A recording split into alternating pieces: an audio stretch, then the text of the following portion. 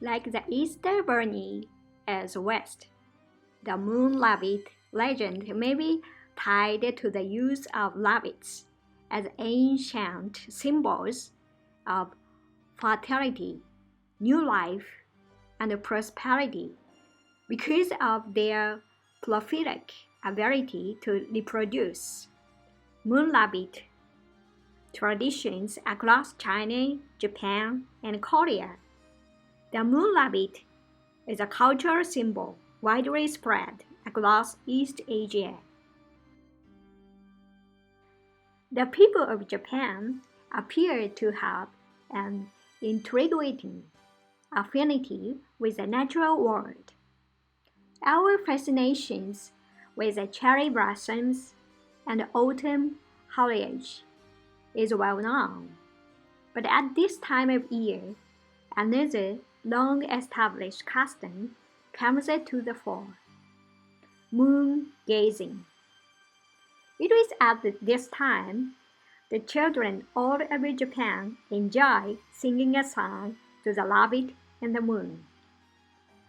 Once upon a time, so the story goes, the old man in the moon visited our planet because he was desperately in need of food, sustenance. First, on the scene was a monkey, closely followed by a fox and a rabbit. The monkey immediately dashed off through the trees and returned with an armful of fruit. And the wily, clever fox was just as quick to catch a fish from the stream. The rabbit, however, could only hop around. Eventually, the rabbit came up with an idea. "Dear old fellow," he said, "you need something more substantial to warm you up. If you could light a fire, I would be honored to provide you with a tasty roasted rabbit." Rather than eat him, the grateful old man instead gathered him up in his arms, and together they flew back to the moon. Although several versions of this story do exist, it seems that such a tale of generosity, selflessness, and kindness to strangers is one worth thinking about in these uncertain times. It may be no more than a folk tale, but perhaps we should all look up at the moon tonight and remember that rabbit.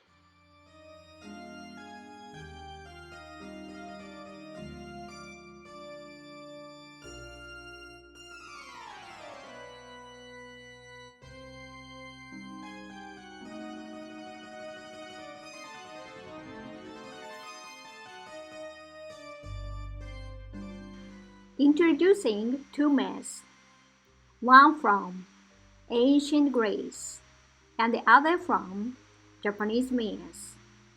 The similarity of the Greek and Japanese myth. Scholars have discussed the reason why such similar myths might have arisen.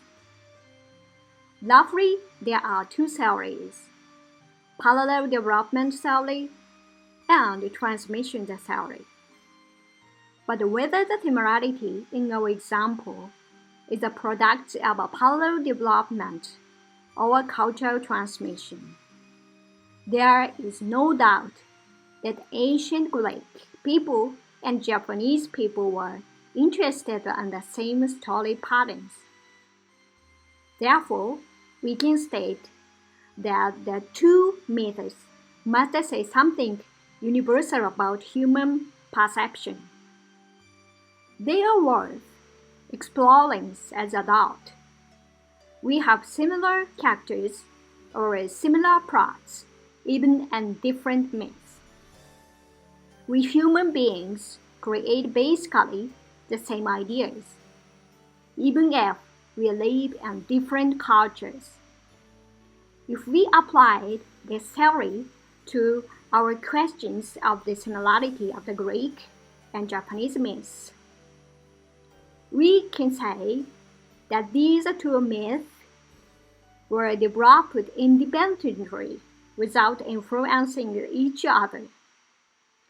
These two myths as examples as that they are so similar to each other in character type and plot as to allow us to do the work of comparing, which is a good way to enjoy myth.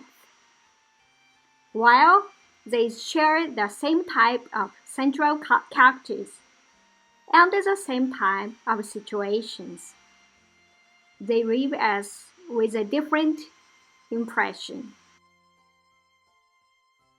It comes from the difference in how each story presents the divine and the mortal. The rule of never looking at the female characters. The important point is whether the rule presenter and the rule breakers are divine or mortal. In the Greek myth, the rule presenters are divine, and the rule breaker is who is mortal. In the Japanese myth, the situation is different. The rule presenter and the rule breaker are both divine. In the Greek myth, we see the mortal character breaking the divine rule and suffering the divine penalty. This is a presented pattern within the Greek myth. The lesson is that mortal must not defy the gods. In Greek thought, therefore, we human beings must allow follow the intentions of the gods. It is true that the ruler presented by the gods of the underworld, but how can we say he is guilty? The gods are ruthless and never sympathize with those who break their rules.